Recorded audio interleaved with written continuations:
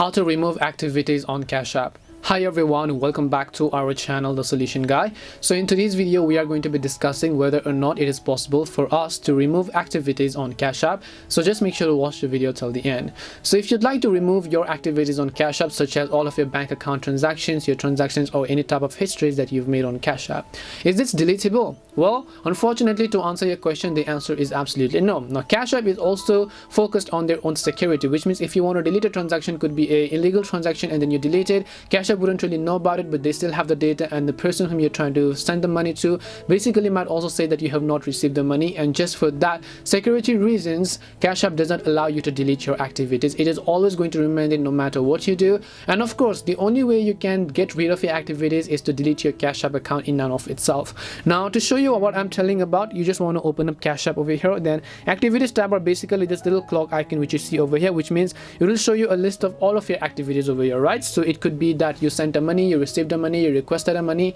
whatever else your Cash App transaction actually happens is going to show up here, and you cannot really get rid of those. As I repeat earlier, the only thing you can do is, however, to close your Cash App account, and that's not said by me, that is said by Cash App. This is only for their own security reasons, and I hope you understand this as well, that as a person you will not be able to delete your activities on Cash App. Hope this video answered your question, and if it did help you, then make sure to leave a like and subscribe to the channel.